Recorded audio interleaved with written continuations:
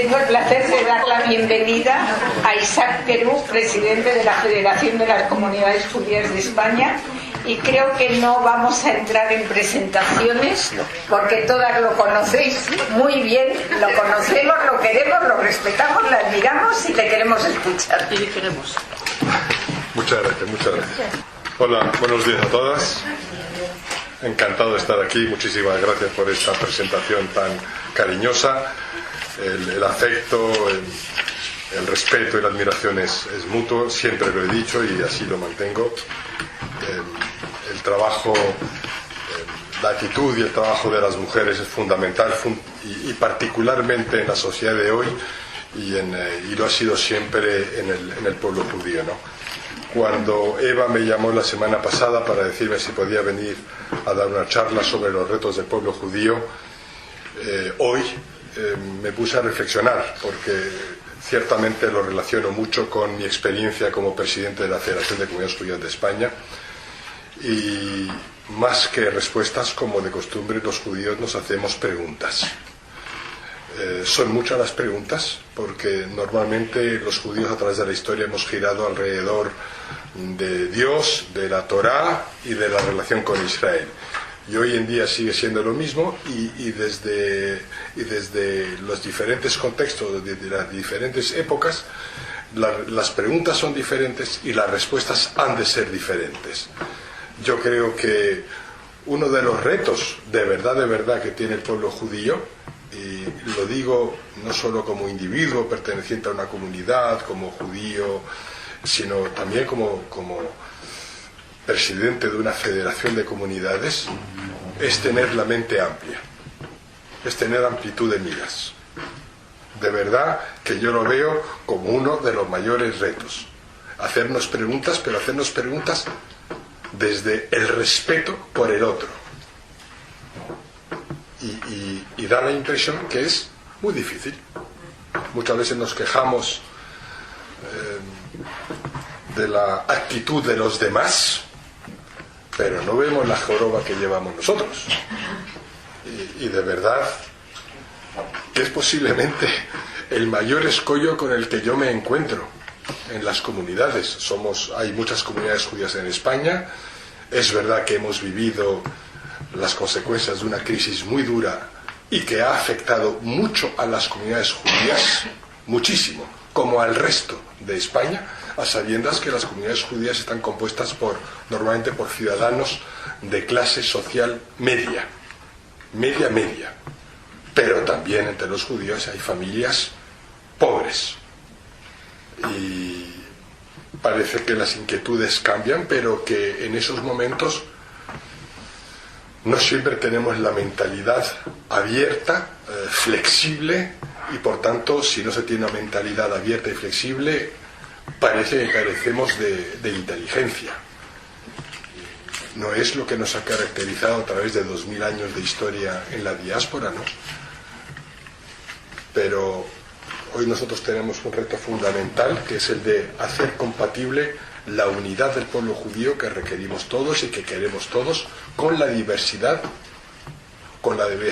dentro del pueblo judío, dentro de nuestras comunidades, dentro de la sociedad israelí y dentro del mundo. Vivimos en el mundo, y yo prefiero hablar desde la perspectiva de la experiencia personal, porque es lo que más entendemos, porque lo sentimos. Yo estuve este viernes en Betel. Fue un servicio religioso extraordinario. Estaba invitado a un bar mitzvah. Mi hijo también. Sí, estuve con él. Vi a vuestros hijos. Y me pareció un servicio extraordinario, mucho más ameno y más interesante que el que tenemos en Balmes. Y sin embargo, pues, ¿qué os voy a decir? Todos sabemos las diferencias que existen, pero que trascienden a la comunidad judía, a la colectividad judía de Madrid. Esto es un problema que se plantea en el mundo entero y fundamentalmente en el mundo judío. ¿No es esto un reto importante? Me enorgullece que lo diga. Es que es así. En Valencia tenemos 4 comunidades. en Valencia, donde apenas hay unas pocas familias. No se hablan entre ellas. Está la comunidad de la Federación de Comunidades Judías de España, está Chabad, está Aviv, que son Masortí, y están los reformistas. O tiene todo el sentido. Lo que no tiene sentido es que no nos respetemos. Y esa es una reflexión que hemos levantado también en el seno de la Federación. Yo creo que la Federación debe ser como un paraguas donde tengan cabida todas las comunidades, todas las asociaciones y todas las organizaciones judías. Pero yo tengo que decir con toda sinceridad que nos topamos con mentalidades muy cerradas. Y si tengo que decir la verdad, la mentalidad más cerrada viene por parte de nuestras comunidades, las ortodoxas. Y lo dice un presidente de federación que ha sido elegido por las comunidades ortodoxas, pero yo creo que es importante ser honesto y plantearse las cosas como son.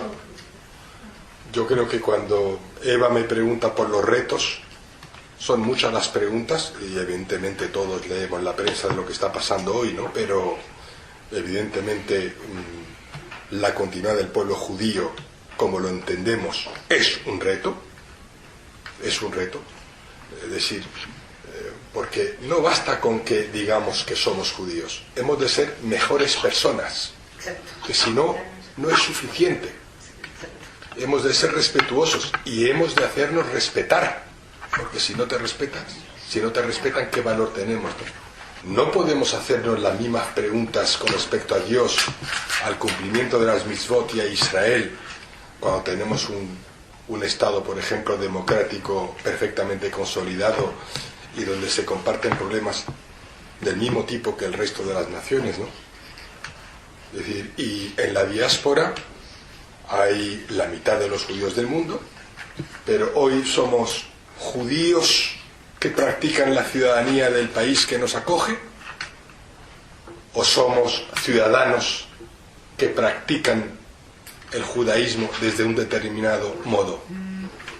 Antes no había elección, pero ahora en las sociedades democráticas, por lo menos donde vivimos los judíos, pues cabe hacerse esa pregunta, ¿no? Después, en el seno de nuestras comunidades cohabitan diferentes movimientos, como los reformistas, o el conservador, o el ortodoxo. Yo no tengo nada en contra de las diferencias, pero de alguna manera deberíamos encontrar un modus vivendi, que si no lo encontramos entre nosotros, ¿cómo lo vamos a reivindicar o reclamar para con los demás? Y sin embargo, parece que hay... Y yo hablo de modus vivendi, yo no hablo de que cada uno no pueda defender su identidad. Modus vivendi. Y a lo mejor no tenemos por qué ni tan siquiera mezclar. Yo no soy partidario de la mezcla ni del multiculturalismo, sino de que cada uno pueda defender su propia identidad. Pero tiene que haber respeto por ello. Y habrá contextos, ámbitos donde podamos colaborar, entendernos, progresar. Hay muchas cuestiones que hace 200 años eran tabú plantearse, pero hoy los judíos, por lo menos en el seno de nuestra comunidad, debemos plantearnos cuál es nuestra actitud ante la homosexualidad, ante los casamientos mixtos, ante el aborto, ante la donación de órganos, ante las reivindicaciones feministas. A todo esto tendremos que dar respuesta. Y hoy por hoy, en algunos movimientos se plantean con mayor facilidad, y en otros movimientos todavía hay mucha mentalidad reacia a hablar de todos estos temas. Yo creo que en Israel estos temas se plantean muchísimo. En todos los ámbitos. Porque es una sociedad abierta y donde cohabitan todos estos movimientos. Sin duda. Podemos dejar comentarios y preguntas para después. Creo que sería más interesante escuchar a Isaac y cada una luego levanta la mano. Luego tenemos el mismísimo concepto de sionismo, un sionismo post-Herzl y un sionismo después de la creación del Estado de Israel. No podemos interpretar o no podemos reclamar los mismos valores sionistas que reclamábamos cuando lo hacía Herzl o cuando apenas había sido proclamado el Estado de Israel. Hoy tenemos que tener mentes más amplias y entender lo que hoy es sionismo. Y después también vemos, y nos preocupa a todos y a todas, que a pesar de ser una sociedad democrática, a veces vemos a Israel, o muchas veces vemos a Israel del otro lado. Yo no digo que no debamos estar del otro lado, como le contesté a Gala en la carta que le escribí cuando escribió aquel artículo repugnante en El Mundo. Es decir, el que seamos un pueblo de la otra orilla no quiere decir que estemos equivocados. Eso es precisamente el sentido de Abraham el hebreo. Abraham el hebreo, Ivrit, significa de la otra orilla. Exacto. Pero debemos hacer y debemos reclamar también a los dirigentes israelíes muchas veces el que hagamos esfuerzos por no parecer tan sumamente inflexibles. Es difícil, pero a veces yo creo que pecamos de inflexibilidad. Y a veces también, lo veo en nuestras propias comunidades, determinados gobiernos exigen de nosotros esa inflexibilidad. Y es diferente, es difícil ser judío en la diáspora. Y les garantizo que es difícil ser líder o representar al judaísmo oficialmente. No ha sido fácil sacar 3 leyes aprobadas por un parlamento democrático, ni que la Casa Real ayudase en esas 3 iniciativas y que después el rey reciba a las comunidades judías y haga un discurso como el que mantiene hoy por hoy con respecto al judaísmo, ¿no? Y que podamos permitirnos decir lo que estamos diciendo abiertamente y claramente con respecto a Israel, o reivindicar a la alcaldesa de Madrid que ponga la bandera de Israel o que proyecte con luz la bandera de Israel en los monumentos de Madrid. Pero para que eso sea posible, te tienen que respetar como interlocutor. Esa interlocución, cuando tú representas a una minoría, porque somos minoría, eso es muy importante. Frente a la gran mayoría y frente a la autoridad debe haber un discurso oficial que tome en consideración muchísimas cosas, pero hacernos respetar siendo una minoría no es fácil. Después, nosotros vivimos en la diáspora. Normalmente, como decía antes, vivimos en sociedades democráticas. Convivimos con otras religiones, con otros grupos, con otros polos de interés, y de alguna manera tenemos que hacer lo posible por hacernos respetar. Pero uno no se hace respetar por gritar o por chillar más, sino por el contenido del discurso, por la calidad del discurso. Es muy importante. Pero lo digo empezando dentro de una propia comunidad, dentro de una propia organización. Aquí tú puedes ponerte a chillar y dirás, pues vaya payaso, pero no por eso te van a respetar más porque chille más. Te vamos a escuchar más si chillas más, desde luego. Pero lo importante es lo que se dice y después cómo se dice, no que chilles más. Es muy importante. Y después, otro de los retos que tenemos siendo una minoría es en un contexto de incertidumbre, en un contexto muy muy diverso, es el mantener nosotros cierta unidad, porque de todas maneras, aunque no lo seamos, nos ven a los judíos nos ponen en la misma vasija. Entonces, ¿cómo podemos de verdad plantear una reflexión abierta, una reflexión honesta y una reflexión sin prejuicios? Sin prejuicios. Entonces, muchas veces lo que reclamamos a los demás debemos empezar por nosotros. Yo creo que esto empieza, lo digo muy en serio, por la propia casa de uno, alrededor de la mesa. Hay una educación que no se recibe en la escuela, hay una educación que no se recibe en la universidad, pero que sí se recibe en casa. Y les parecerá a todas, o os parecerá a todas vosotras, que soy enormemente crítico. Es verdad que lo soy. Es verdad que lo soy. Porque me toca lidiar con muchas comunidades y de alguna manera a mí me toca, es mi misión, es mi función, representar y proyectar una imagen de determinado judaísmo.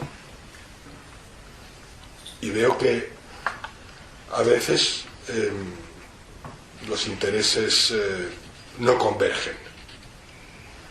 Y veo mucho egoísmo, veo mucho prejuicio, empezando dentro de la propia casa, dentro de la propia comunidad, dentro de las propias comunidades, asociaciones, organizaciones, ¿no?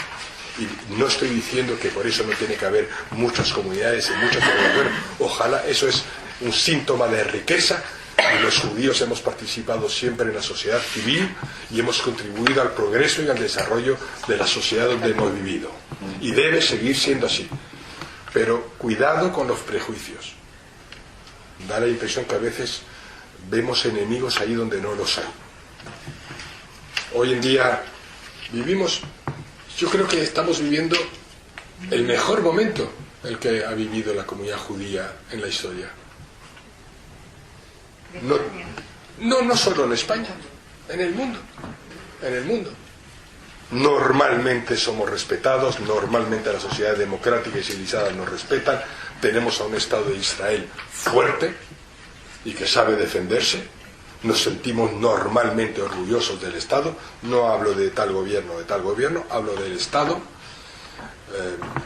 Los países mantienen relaciones tanto con el pueblo judío como con Israel, a veces, bueno, ya sabemos, inciertas, podemos entrar en ese tema, pero de verdad, nosotros que sabemos, todavía hay nuestros padres o nuestros abuelos que han vivido la Shoah.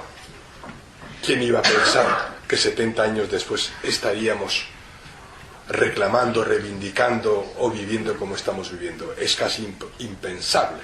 Y además, estando orgullosos como estamos del Estado de Israel, ¿no? Que tiene una renta per cápita superior a España, por ejemplo, superior en un 25%, no estoy diciendo superior de manera simbólica, superior en un 25%, ¿no? O en un 30%. Entonces, de verdad estamos viviendo un buen momento. No obstante, es curioso, estamos siempre preocupados. Y vemos peligros. ¿Y debe ser así o no? Los hay, todos los días. Los hay. Y nuestros colegios, nuestras comunidades, están protegidas por militares y por policía. Es curiosa esa contradicción en la que nos movemos, en la que se mueve el pueblo judío. Ese es otro reto. Es curioso, es así. Todavía nos matan por ser judíos. Pero también matan por ser cristianos. También. Sí, eso es nuevo. Pero eso es nuevo, es una concepción nueva, a mi parecer. No tan nuevo. Ahora sí, es reciente. Ahora sí, no tan nuevo. Ahora mismo en la diáspora estamos viviendo un momento curioso, como es el cambio de presidencia en los Estados Unidos, y donde hay un señor que a priori no nos gusta a nadie, o gusta a poca gente, porque no puede gustar. Es un señor populista, es un señor que lo ha hecho bien en los negocios, probablemente sea muy inteligente, pero lo que hemos sabido, leído de él, no puede gustar a todo el mundo, y menos a las mujeres. Y parece que es amigo de Israel. Pero tampoco son muy justas siempre las crisis contra las críticas tan vehementes o tan severas contra el presidente Obama. Ningún presidente ha firmado un acuerdo de seguridad como el que ha firmado el presidente Obama, que ha sido hipócrita, que se ha cobrado su venganza contra un gobierno determinado como el gobierno de Netanyahu, que en última instancia puede haberse opuesto a la última resolución del Consejo de Seguridad de la ONU, by the way, presidido por España, y del que la Federación ha ido a quejarse. Hay que saber por qué. Tampoco entendemos todas las razones para ello, ¿no? Pero yo dejaría el tema de Estados Unidos hasta más avanzada presidencia del señor Trump. Veremos lo que ocurre. Por el momento, a través del tuit le veo disparar contra todo y contra todos, incluso contra la primera ministra Merkel, o contra Europa, o contra el libre comercio. Entonces, yo creo que todavía es un question mark, un punto de interrogación. La comunidad judía americana, nosotros que tenemos un convenio con la American Jewish Committee, que es la organización judía más antigua y mejor estructurada del mundo, y la más poderosa, con quien me mantengo en contacto, particularmente con su presidente, con David Harris, hombre condecorado por el gobierno español y por multitud de gobiernos, extraordinario, tipo extremadamente inteligente. Él me dice, 75-80% de la población judía americana vota por demócrata, y ya ha votado por Obama, y no ha votado por Trump. Entonces, hoy tenemos comunidades judías, y fundamentalmente la americana, polarizada, como está polarizada la sociedad israelí. Eso es otro reto, esa polarización. ¿Qué va a salir de esa polarización? El mundo entero está polarizado. El mundo entero está polarizado.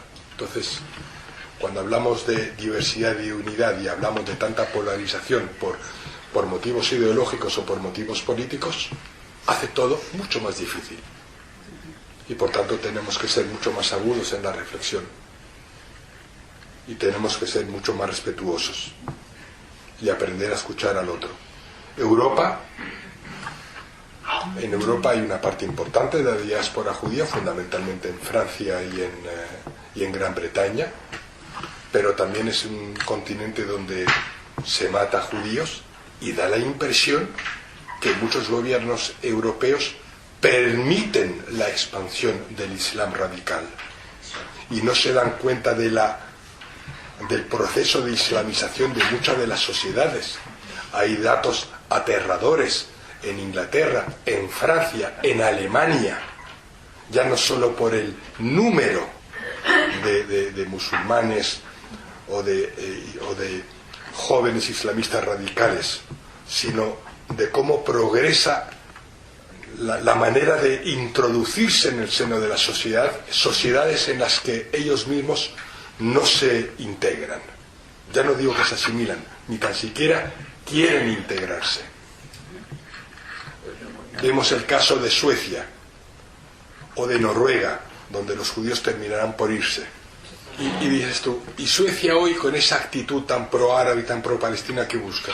Pues que los países árabes voten a favor de su inclusión en el Consejo de Seguridad. Entonces, ¿ese es el motivo? Sí. Yo no veo otro. Por lo mismo hay que ser simpático, hay que ser bueno y guapo y reírle las gracias a los países árabes para que voten por ti en el Consejo de Seguridad, ¿no? Y por otra parte,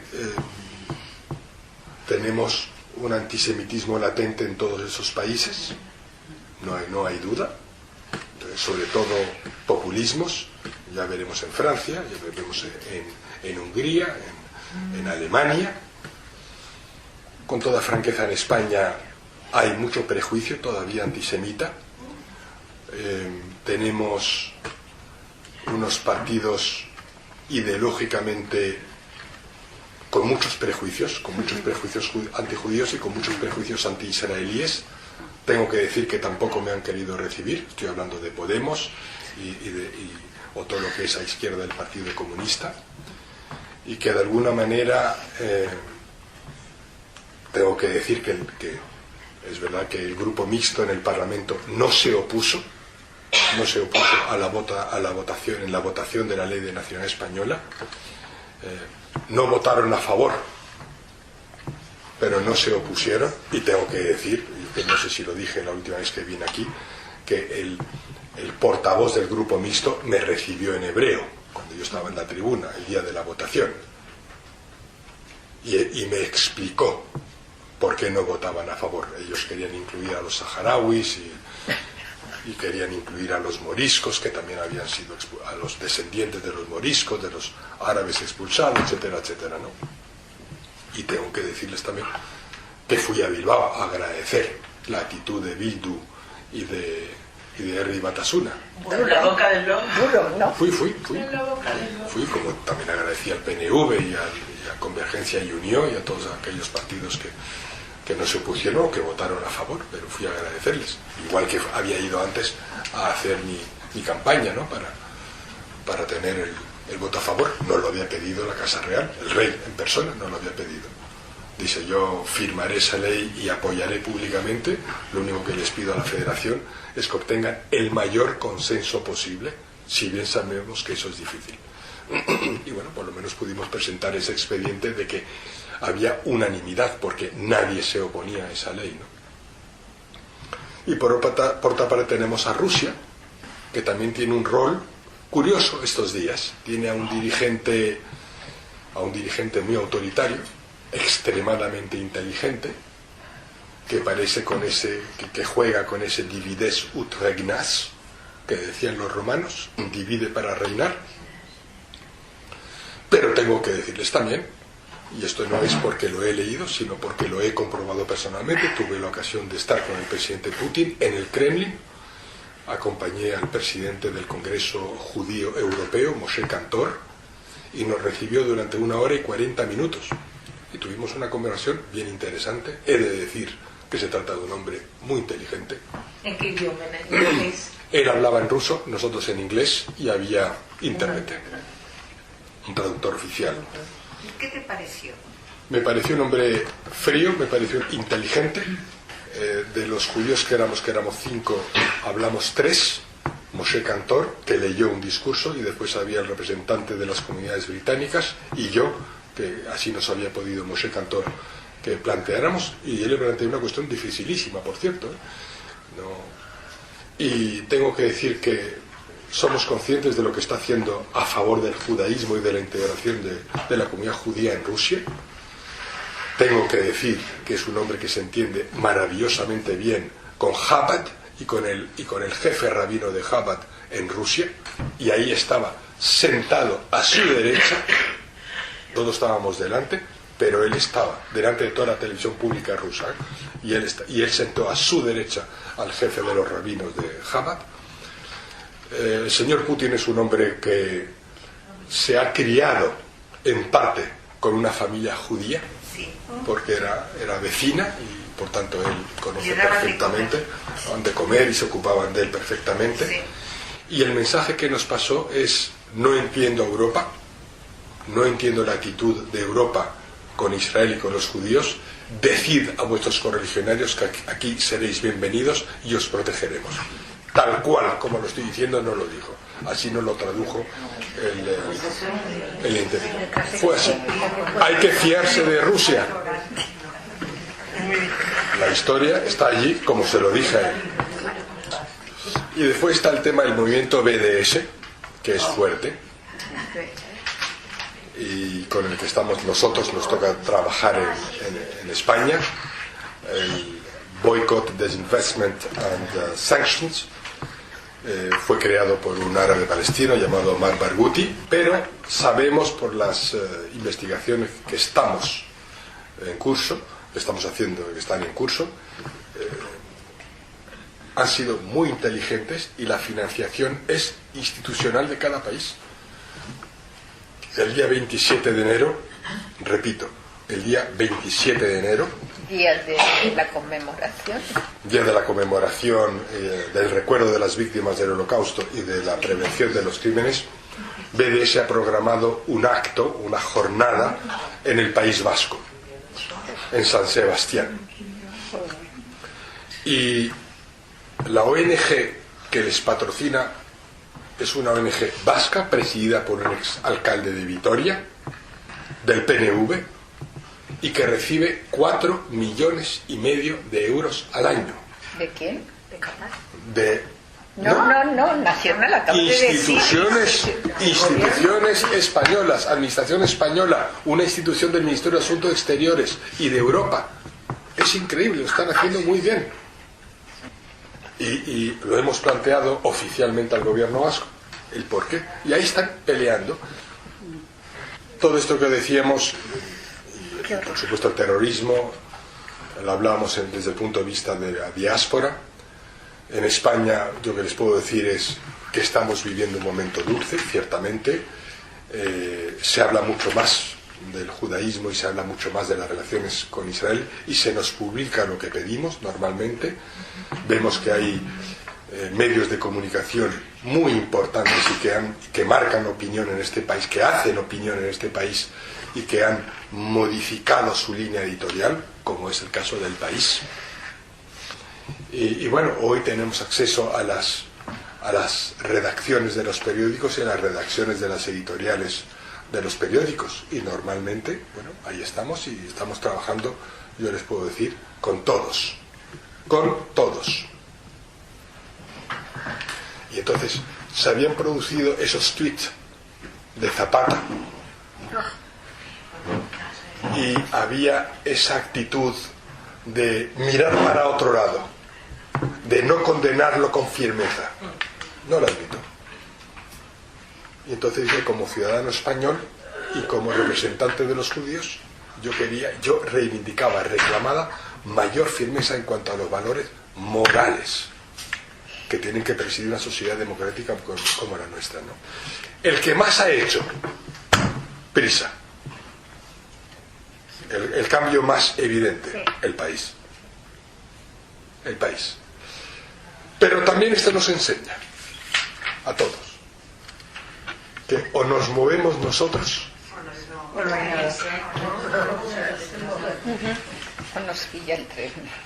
Eso es así. Y si lo vemos desde ese prisma, podemos explicarnos muchas de las desgracias que nos han ocurrido en el pasado.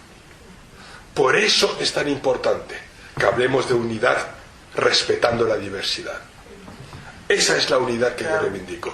Hay valores, hay principios que están por encima de lo que pensemos cada uno. No podemos ser, los anglosajones dicen cheap, en francés decimos petit.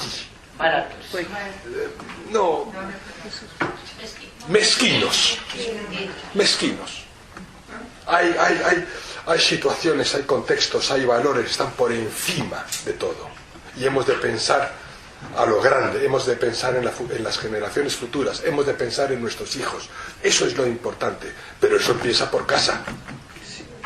Es muy importante defender eso que decimos en casa, en nuestra comunidad, en nuestra alrededor de la comida. Es decir, y en Israel vemos a veces estos pecados. Vemos una sociedad muy polarizada. Y es una pena porque Israel lo está haciendo bien. Económicamente es brillante como está, pero es una sociedad muy polarizada.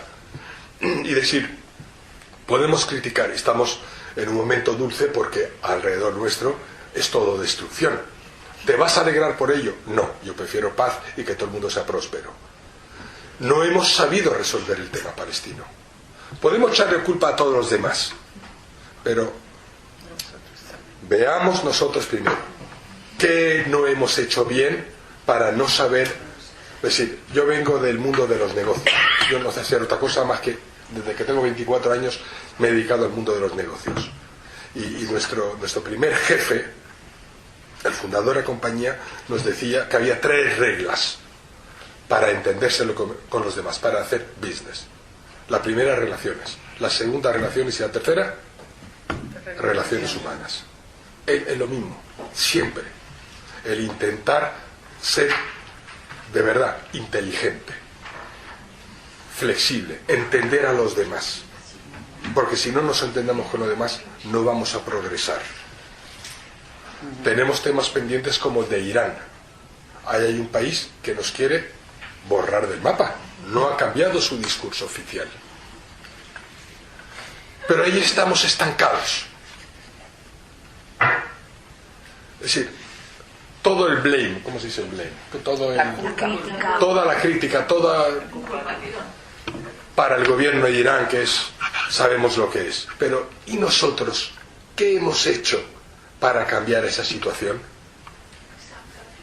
Entonces, es importante plantearnos las cosas de diferentes ámbitos. Y sé que es duro lo que digo, pero es importante. ¿Qué pensé? Muy difícil. Muy difícil. Sabe que te quiere aniquilar Sí, una señor. persona. ¿Qué puedes hacer tú? O a favor de... Pero la paz se hace con los enemigos. Claro, si no tienes enemigos, ¿para qué va a dar? Los enemigos Si no los la paz. enemigos, si los enemigos quieren. Hay que tratar. Pero decía Talleyrand, que es el fundador de la diplomacia moderna, decía: hay discrepancia en una discusión. Él hablaba a nivel del Estado, evidentemente. Hay que volverse a sentar y a discutir. No sale, hay que volverse a discutir. Y así empieza por la primera. Y las personas también cambian, no son siempre los mismos Y los interlocutores. intereses. Claro, y los ¿No intereses. estuviste en la reunión de la yihad que tuvimos aquí cuando vino esta persona iraquí que nos contó, el iraquí cristiano, nos contó lo que es la yihad? Sí. Cómo nos odian y las suras que hay dedicadas a destruir al resto de la humanidad. La partición de Palestina no fue aceptada por los árabes y Israel ha ofrecido en muchísimas ocasiones la solución de 2 estados que los palestinos han dicho que no y que no. ¿Puedes sentarte a hablar con una pared? Ahí está. Ese es reto, es un reto. Evidentemente, yo soy perfectamente consciente de la historia y cuando me toca hablar en público lo digo así de claro. Es decir, el problema palestino lo ha inventado la ONU. No había pueblo palestino antes del 47.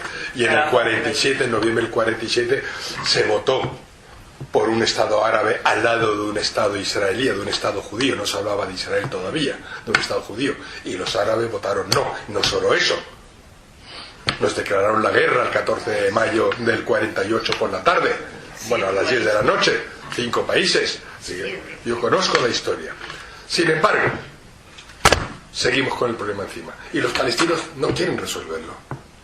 Y los israelíes, tanto cuando Barak o cuando Olmert, uno en el 2001 y otro en el 2008, hicieron proposiciones extraordinarias. Y en su momento Arafat, directamente Mahmoud Abbas, todo, hasta la partición de Jerusalén o de una parte de Jerusalén, y no han querido. Y el mundo no se da cuenta, y Europa en particular no se da cuenta, que los palestinos y los árabes no quieren la resolución de ese país, porque surgiría otro país dentro de ellos. Nosotros sabemos todo eso. ¿Y cómo es que no hemos resuelto el problema? Porque no tiene solución. Una contraparte. En estas generaciones no tiene solución. Yo digo que hemos de saber Yo creo que hacer negocios. Yo creo que puede tener. Sí, bueno, si quieres hablar, podemos abrir el debate. Yo creo. Yo no lo veo. Yo te veo hoy un poco pesimista. Al revés. No. Realista. Sí, realista. Verónica había pedido la palabra, perdón, pero tú ya has hablado. Verónica no ha hablado todavía. Que tenemos que hablar todas. Sí, pero Verónica ha pedido la palabra. Creo que lo más interesante que Pero ha veo... terminado ya él. Ah, no, vale, lo dejo. Creo que de todos los puntos que has destacado, yo creo que por primera vez yo oigo decir blanco sobre negro que hay un problema intrínseco y que ya dejamos de echar la culpa al empedrado. Exacto. Una casa tiene que empezar a barrerse desde dentro antes de empezar a arreglar lo de fuera. Entonces, el que tú ya has dicho que la unión hace la fuerza, no lo han descubierto los judíos. Entonces, en el momento en que nosotros pongamos nuestra casa en orden y además aprendamos lo que es la empatía, o sea, a sustituirnos a los demás, Yo creo que en este momento uno de los peores problemas es todos estos judíos, antijudíos, el autoodio que siempre ha existido y que es el que todo el mundo te echa en cara. Dice, ¿cómo te atreves a decir que esto no es un problema cuando los propios judíos dicen que Israel está abusando, etcétera, etcétera? Entonces, hasta que nosotros no consigamos un discurso coherente, unido, unitario, y que podamos hacer un frente común, puesto que él ha dicho que nos perciben como tal, pero claro, ¿cómo se gestiona eso con esa enorme diversidad que tiene? Con dificultad. Ya. Pero lo han dicho todo. Pero que ese es para mí, ya podemos abrir el debate, vez, pero eso sí, es el tema. Ese es el meollo de la cuestión y me encanta haberlo escuchado. Lo que tú quieres es Marisa. uniformizar el pensamiento judío. Vive y deja vivir. La diversidad en la diversidad tú puedes hacer una unidad con todas las diversidades. Morena a mí nos explicaba en el colegio, que yo preguntaba, ¿por qué todo el mundo alaba a Amán y le aplaude? Dice, porque cuando hay un enemigo común es cuando el pueblo judío se une. Entonces tenemos ya todos los enemigos comunes, solo nos falta lo otro. El darnos cuenta que podemos ser diferentes, todos diferentes, pero todos iguales en derechos y deberes. No veo la contradicción. Yo quiero hacer una pequeña consideración y una pregunta. La consideración es la siguiente. Nosotros debemos mirar más lo que nos une que lo que nos separa, ¿de acuerdo?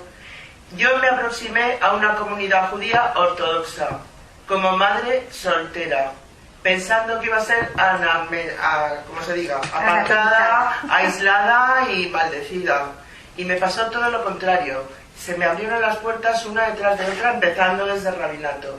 Quiero decir que si hoy en día no se admiten a los homosexuales, a estos, a aquellos, tal, son posturas que van evolucionando. No podemos educar a nuestros hijos con ideas de hace 300 años, tenemos que educarlos con ideas de ahora y es problema de las nuevas generaciones. Quiero decir que eso es posible. Si una comunidad ortodoxa me apoyó como madre soltera cuando mucha gente progresista de la sociedad española me dio la espalda, desde luego para mí, chapo, y pienso que lo podemos hacer. Y la pregunta es, vamos a ver, el Papa Francisco, ¿qué pasa con la relación ahora con España, no? Porque acaba de decir que se va a abrir la embajada palestina en el Vaticano y que Palestina es un país y el reconocimiento. Entonces, ¿qué va a variar nuestra postura con eso? ¿O qué relaciones mantener? Aquí hay una embajada palestina, claro. Pío XII, enorme. Sí, pero es que la nuestra Vaticano. Yo creo que tú no has terminado. Bueno, no es embajada. La gente tiene mucha necesidad de comentar. yo contestaré, no hay problema. Termina.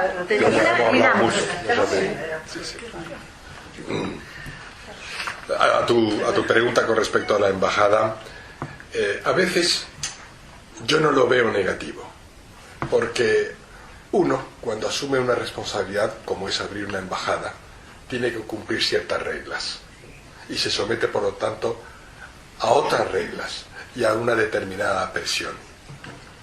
Eso no creo yo que vaya a favor de las reivindicaciones palestinas históricas. Sí. Yo no lo veo necesariamente negativo. No, le obliga a una cierta conducta. Sí, pero lo obliga. Pero entonces, sí. ¿cómo la embajada de Palestina dice, este es mi país? ¿Cuál es su país? De acuerdo con el derecho internacional aprobado por la ONU, Las fronteras del 67. ¿Cómo vamos Es a así. hacer? ¿Cómo podemos hacer? pues es una dificultad, porque vemos también que hay un cambio en la política oficial o en la diplomacia israelí. Hoy hay asentamientos, no lo vamos a negar, hay asentamientos en territorios que se ocuparon durante la guerra del 67. Sí. No lo vamos a... Claro, pero igual que Israel devolvió Gaza, eso puede ser un joker en un momento de negociación. Hoy parece, ¿Por qué no? Y el Sinai, evidentemente, y otros territorios no. Es decir, lo que Israel ha demostrado hasta ahora es que cuando ha habido un interlocutor serio Es capaz. y ha habido contenido en lo que se negociaba, ha cedido. Igual decimos que cuando Israel se siente respaldado, apoyado, con garantías suficientes como de Estados Unidos, son capaces, como Barack o como Olmert, de hacer proposiciones muy generosas. Y cuando no, se repliega. Se repliega. Son todos situaciones naturales y normales. Es una defensa propia. Sí, y como decía el embajador de Israel en la ONU, Dan Prosor, en el 2014, en el famoso discurso que dio, dice, vemos banderas ahora viniendo, de los 193 banderas vemos 25 con la cruz y 15 con la media luna. Y ustedes están aquí todos fijándose en la una sola que tiene la cruz, la estrella de David. Ese es nuestro signo, esa es nuestra cruz. Una pregunta, nadie habla de en los dos estatutos, ¿qué pasaría con los árabes que viven en Israel? Bueno, yo supongo que porque hay bastante. En una ciudad, en un estado democrático, todo el mundo puede decidir, igual que tú puedes decidir dejar de ser española o de irte a Francia o de irte a Estados Unidos, ¿no? Pero yo supongo que había de todo. Pero vamos, yo creo que los listos se quedarían. Pero ellos no aceptan que nosotros vivimos con ellos. Evidente, los árabes israelíes son los árabes que tienen mayor acceso a la educación, a los servicios sanitarios y tienen mayor nivel de educación de todos los demás árabes de todos los demás países. Eso es así. Y cuando se habla de la guerra de la independencia en el 48-49 y del Nakba palestino, de la catástrofe palestina, se fueron 700.000, pero todo el mundo se olvida de los 850.000 judíos que tuvieron que salir huyendo o emigrar de los países árabes. Y que no queríamos volver ni con la alfombra roja. Vamos. Yo, por hacer un poco de abogado del diablo, todo eso es muy bonito, muy políticamente correcto, pero todos sabemos que los gazawis, incluso en Jordania, están dale que te dale haciendo túneles. La amenaza está ahí. Bueno, en primer lugar, yo no creo haber sido políticamente correcto, sino muy incorrecto políticamente. No, te quiero decir que decimos que vivimos un momento dulce, que Israel está en un momento bien asentado. Sí, pero a pesar de... porque eso existe, eso está ahí todos los días, se hunde un túnel. Esa es la realidad. Esa es la realidad. Y con esa nos toca lidiar. Claro. Tanto en Israel como en la diáspora. Y lo que mi mensaje subliminal que bien ha captado Verónica, es que hemos de saber escuchar, saber leer entre líneas y responder de forma inteligente. No equivocarnos, porque normalmente, y esto es muy incorrecto políticamente, pero yo siempre he pensado desde que soy joven, y es posiblemente el tema sobre el que más he leído en mi vida, es el tema de la Shoah, del Holocausto. Pero, por lo menos lo hago en forma de pregunta, ¿no tenemos ninguna responsabilidad nosotros en lo que nos ha ocurrido? ¿En la desgracia que nos ha ocurrido? Mi padre decía que sí. Mi abuelo no defendía. Mi abuelo también, porque se fue el 32 diciendo va a pasar eso y se reía de él. Bueno, pero no una responsabilidad por omisión, sino por acciones. Absolutamente. Primero por omisión. Claro. Nuestro rechazo. Cuidado con vernos el ombligo y solo vernos el ombligo. Claro. Cuidado. Claro. Isaac. Anita. Según los periódicos y según todo, el gran problema son los asentamientos, ¿no? A nivel de política internacional. Sí, son los asentamientos, a nivel de todo, de los árabes, de todos los países árabes, el problema son los asentamientos. Pero eso es un pretexto. Pero ¿desde cuándo están los asentamientos? De unos años acá. No, pero la primera guerra el odio que nos tienen y que nos quieren tirar al mar, ¿desde cuándo existe? Pero, sí, pero le he hecho una pregunta. ¿Cómo te puedes sentar a dialogar con gente que te quiere tirar al mar, que te quieres eliminar? Ellos ya... Pero no hay más remedio. No hay nada que hacer con ellos. Es muy difícil. Es muy difícil. Hombre, nadie dijo que era fácil. si no existieran los asentamientos, Claro. inventaría otro problema. No tengas duda. Pero tenemos que lidiar con lo que hay. Y normalmente el que no se sienta y la toj deja de tener razón. El que no se quiere sentar. Uno puede sentarse y defender sus intereses de manera muy firme. Decía uno de los hombres más inteligentes y que más ha escrito sobre política internacional, sobre poder y política internacional, era Henry Kissinger, que sentó las bases de la diplomacia americana durante 30 años o más, después de la Segunda Guerra Mundial. Él escribió un libro que se llama Armas nucleares para la paz en 1970. Y además cito una de las frases que decía en su libro.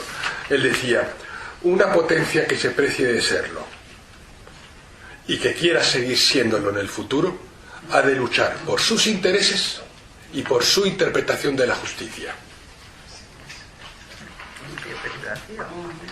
Ya decían los romanos, si dispachem para verlo. Entonces, y nosotros decir, no porque digamos que no existe el problema. Exacto.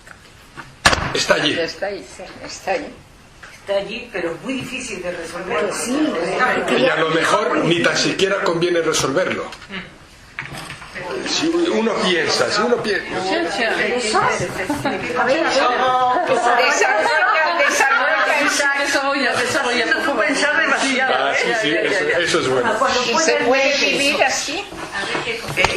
¿Cómo están las cosas con el Observatorio de Antisemitismo?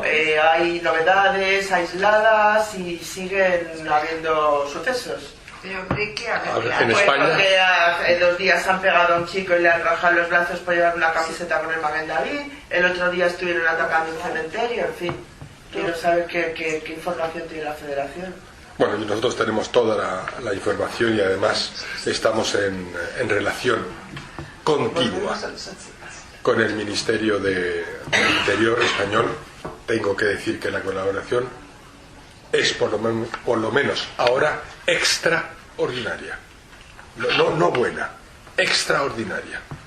Lo seguimos todo de cerca y de hecho todas vosotras seguís la manera como están intentando controlar ese radicalismo islamista. En Ceuta, en Melilla, en Cataluña, en Madrid. Y está cogiendo gente. Si salís ahora veréis que yo mismo tengo mi policía cuidándome y el helicóptero que me sigue y el rabino Bendán y es de verdad que lo están haciendo muy bien. Que puede ocurrir una desgracia de todas maneras, puede ocurrir, pero vamos a ver, hay prejuicios, hay actos antisemitas aislados, hay vocabulario, hay prejuicios en los periódicos, hay algunos artículos que los podemos, hay tweets. Cuando jugó el Real Madrid y el Maccabi hace 2 años, hubieron 17.500 tweets antisemitas. Es verdad. Hoy por hoy, todo aquello que tiene olor o color antisemita, nosotros lo denunciamos. Nosotros tenemos una política de tolerancia cero con el antisemitismo. No dejamos pasar una. Y ya veremos. Nosotros vamos a llevar a juicio, bueno, ya nos hemos personado en la querella contra la librería Europa y Pedro Varela en Barcelona, junto con el movimiento contra la intolerancia, pero la Federación está personada oficialmente y se ha admitido la querella a trámite. Veremos lo que deciden los jueces, pero tolerancia cero. Observatorio de Antisemitismo, casos aislados, pero gracias a Dios nada grave. Volvemos a los asentamientos un momentito. Volvamos a los asentamientos. ¿Por qué piensas tú que lo que has dicho? Vamos a ver. ¿Qué has dicho, Eva? ¿Qué has dicho? Habla un poquito más alto. Ahora tenemos los oídos un poquito, no se oye. Vamos a ver. Silencio, prefiero que no hables. Bueno, pero la pregunta es que también. El tema de los asentamientos. El tema de los asentamientos es un tema espinoso porque incide en la opinión de la comunidad judía, tanto en Israel como fuera. Y tenemos todas nuestras opiniones.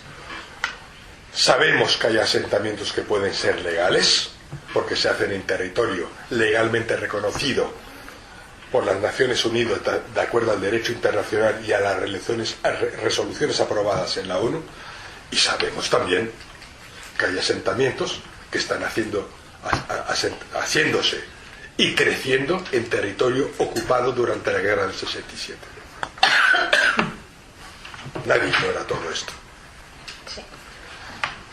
hoy es una de las reivindicaciones de la administración Obama o normalmente de los gobiernos democráticos europeos, de que esos asentamientos no son legales y por tanto deben desmantelarse y además son un problema para el diálogo con Israel.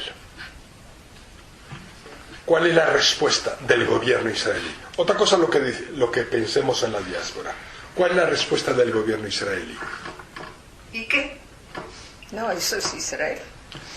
¿Cuál es la respuesta de los gobiernos israelíes? Porque normalmente, tanto a izquierda como a derecha, los gobiernos israelíes de alguna manera han vuelto la cara para otro lado y han dejado que esos asentamientos se desplegaran y crecieran. Estamos hablando entre nosotros. ¿Eso es legal o no? ¿Eso es correcto o no? ¿Por qué no? Dependiendo. Si tú en una guerra has ganado un territorio, ya verás luego qué haces. Estamos hablando de los ilegales. Eso es una negociación para los ilegales. Estamos hablando de los ilegales. Últimamente con el problema del último asentamiento le van a trasladar para que no esté en ese Es un problema de supervivencia, porque o sea que están buscando un acomodo. Yo digo una cosa, es decir, la sociedad israelí es terriblemente crítica, muy severa, y además existen, porque están permitidos, muchas organizaciones que se ocupan de los derechos humanos y de los derechos de los palestinos y de los derechos de los árabes como del derecho de los animales, en todas partes. Pero en Israel son muy severos. Ahí tenemos la organización B'Tselem, que es fortísima y que es durísima. Y de verdad que yo creo en la justicia israelí. Después cuando estas querellas o estas denuncias llegan al Tribunal Supremo Israelí, el Tribunal Supremo Israelí no se anda con chiquitas y es capaz de meter a un primer ministro o a un presidente a la cárcel, o por 14.000 euros. Entonces yo dejaría, de verdad, y defendería cuando nos encontramos con una situación como esta y en un debate como este, de verdad que yo dejaría y defendería mucho la justicia israelí. Ahora, dentro del pueblo judío y dentro de la sociedad israelí hay quien es partidario de colonizar esos asentamientos, de colonizar ese territorio que hoy está ocupado militarmente. Reconozcámoslo, es así, aquí en la comunidad judía nuestra o en Israel. Dicen, lo hemos conquistado militarmente y mira si no lo que ocurre cuando dejamos un territorio ocupado en el 67 como fue Gaza, mira lo que ocurre. Y además tenemos otro peligro como es el Líbano, que hoy ese Estado libanés es como una subsidiaria de Hezbollah, y Hezbollah es una subsidiaria del gobierno de Irán. Yo no tengo una respuesta, Yo planteo una razón de discrepancia y tenemos que reflexionar. Yo a nivel público, una cosa, como presidente de la Federación, jamás voy a ir en contra del Estado de Israel o del gobierno israelí. Otra cosa es que entre nosotros lo planteemos de manera abierta y objetiva y lo pongamos sobre la mesa. Es decir, es difícil defender una situación cuando va contra el derecho internacional. Estamos hablando de los asentamientos ilegales. Sí. Es difícil. Que deba ser así y que manu militari tengamos que ocuparlo y tengamos que quedarnos ahí. Si somos 30 personas aquí, pues hay 30 opiniones. Es Israel, pero eso de el problema en otros sitios a lo mejor negociarían con dinero. Estos como ya se lo mandan, pues que no hay esa negociación tampoco. Tanto dinero, claro, como tú dices, confiar en la justicia israelí, porque nosotros no podemos. Yo defiendo eso. No podemos. Pero si Israel construyó en esos No sitios, sería justo. no es Israel, será particulares. No, es Israel que ha permitido, el gobierno ha permitido. No es que se lo ha permitido, sino que El gobierno mira para otro lado, el gobierno lo usa a nivel político como herramienta de negociación. Que por la noche no había Pero a mí me parece muy bien que sea un choque para... Así es. ¿Alguna pregunta más? Se podría interpretar como una como pérdida de tiempo de Israel de dejar pasar todo esto para negociar por otra parte, o sea, algo como una estrategia. como una estrategia de Israel. Digo yo, es una interpretación, No quiero... A nivel de Estado no caben los sentimientos, caben los intereses. Por tanto, cuando hablamos de poder y de política internacional, todo responde a una estrategia. O especulación es la palabra, podría ser. A veces hay gobiernos que tienen miras más cortas, otros gobiernos miran de otra manera. Nosotros hemos de ser prudentes y yo, si tengo algo que decir aquí, es apoyar abiertamente al Estado de Israel. Los procesos de intención y las críticas en público, francamente, creo que no ayudan. No, estamos todos de acuerdo en eso. Si Israel construye, que son unos será porque puede construir, tontos no son. Pero creo que se enganeta. Bueno, ¿Son tontos? ¿Tienen ganas de guerra? ¿Tienen ganas de muerte? normalmente son movimientos, no es Israel como una entidad la que va y construye, ¿no? que la tierra de Israel es la que nos apetece. No entiendo nada. Y que cuando viene el amor, Vamos a respetar las preguntas. Quería tocar dos temas. Uno, estando yo en los años 70 en los territorios ocupados como soldada, me di cuenta de la importancia de la construcción que hubo. La construcción eran casas prefabricadas. Nos sentamos soldados ahí, nosotros dimos apoyo de la base a estos soldados que tenían que plantar melones o lo que sea para empezar ahí una ciudad o un asentamiento que poco a poco crecía, que hoy los veo fenomenal, pueblos enteros. Pero claro, en esa época de los años 70 era muy importante tener ahí puntos de apoyo, y los judíos era fundamental que estén ahí, porque si no, no podíamos tener esa zona. Era un apoyo importante al gobierno. El gobierno lo pidió que estén. Pero es curioso porque en esta mesa se ha hablado de asentamientos, pero nadie ha planteado el Golán, por ejemplo, porque tenemos más interiorizado que el Golán es casi innegociable y que no renunciamos, pero esto por un lado. Y por otro lado, estoy volviendo a España, ya que estamos cerca al día del Holocausto, que siempre suele ser un acto en el Senado, y llevo observando todos los años que voy a este acto, voy observando que siempre hay una intervención musical, siempre ponen la canción Elí, Elí, y siempre dicen que es una pieza del Salmo.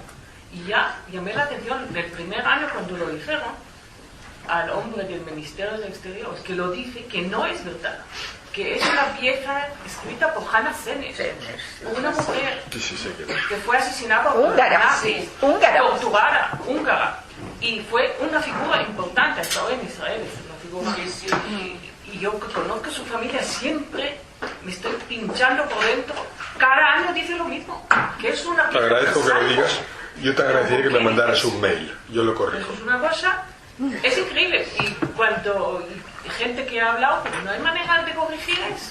Ahora, es un error y lo haremos. No, yo te lo agradezco a ti.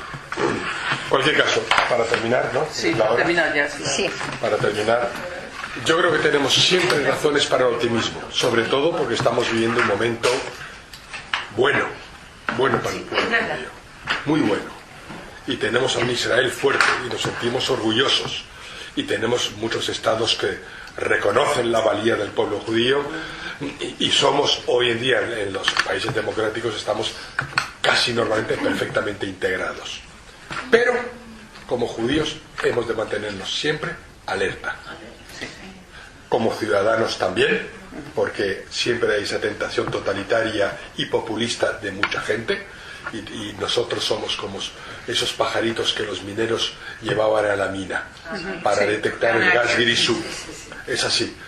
Cuando empezamos con la violencia antisemita y hay matanzas de judíos, es que de alguna parte se está fraguando la tragedia. Entonces nosotros tenemos la obligación, y por la historia que nos ha tocado vivir, tenemos que mantenernos alerta. Pero de verdad que yo, como en mi experiencia de dirigente judío, me siento optimista, me siento tranquilo, muy orgulloso de Israel. Y quizá, de verdad, si yo tuviese que decir algo al final de mi mandato como dirigente del judaísmo español, es pensar en la importancia que tiene nuestro amor por Israel. Es lo más importante que nos ha ocurrido nunca. Imaginaros por un momento que estemos en esta mesa sin el Estado de Israel. ¿De qué estaríamos hablando? De nuestras desgracias. ¿De qué estaríamos hablando? Israel. Posiblemente no estaríamos hablando, estaríamos llorando. Solo estaríamos por eso.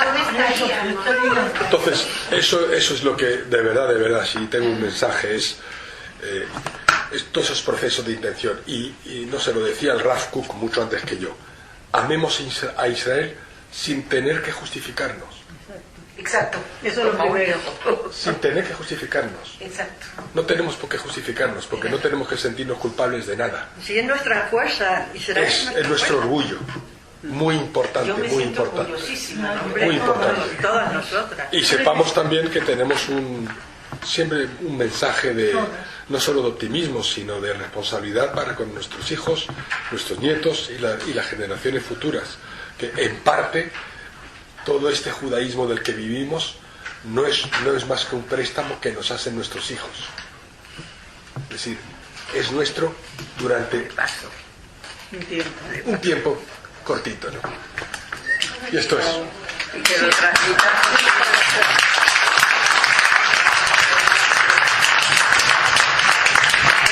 Había una pregunta, perdón, Rachel quería hacer una pregunta, levantó la mano. Rachel.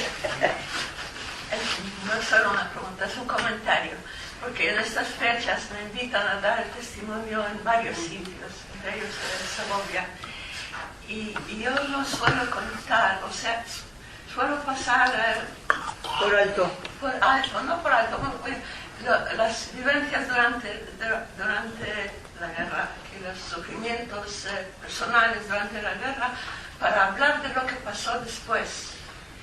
Y lo que pasó después, Europa no sale muy bien parada, por lo que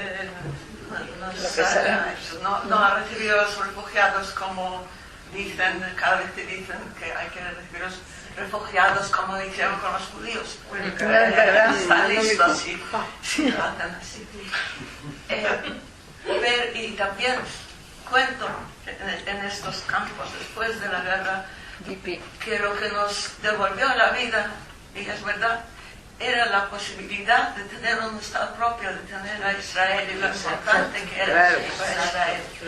Y entonces, lo que termino en cuanto a Europa y lo que siento realmente, a pesar de su poca compasión a los supervivientes que los encerraron en campos y todo, votaron en la ONU en favor del Estado de Israel porque querían hacer justicia a nuestro sufrido pueblo, habiendo sabido y visto lo que nos pasó. Querían hacer justicia. Y entonces pido que sigan deseando hacer justicia al pueblo judío y al Estado de Israel. Y eso es lo más importante, que se han volcado tanto en Palestina, a ver si hacen un poco de justicia a Israel. Y creo que es un mensaje que entiendo. Yo creo, Rachel, que tu mensaje personal es mucho más importante de todo lo que podamos decir nosotros, porque tú lo has vivido en tu propia piel. Ya hemos hablado tú y yo en alguna ocasión. A mí, como te pedí en aquella ocasión, me encantaría que primero que vivieras muchos años, y te deseo mucha salud, y que no dejaras nunca de repetir lo que dices, porque es verdad, porque es de justicia, y porque de alguna manera nos condiciona a todos, porque tú sabes de lo que hablas. Sí. De verdad siento mucho ser pesimista quizá en otra ocasión. Es muy difícil que te hagan justicia, te la tienes que trabajar tú. Hay que recordar. Bueno, recordar es una cosa, pero trabajarlo es bien distinto. Y nosotros, si yo tengo un mensaje complementario del tuyo, pero el mío así de chiquitito comparado con el tuyo, es que nosotros tenemos que trabajar. Ese es todo mi mensaje subliminal, que casi todo lo que hagamos tendrá sus consecuencias, y todo aquello que no hagamos tendrá sus consecuencias también. Todo. Eso es lo importante. Por eso es tan importante que tú repitas y sigas diciendo. No, y como verás, alrededor de Semi somos todas mujeres luchadoras, trabajadoras e implicadas en nuestro judaísmo. Siempre lo he dicho públicamente. O sea que, muchas gracias.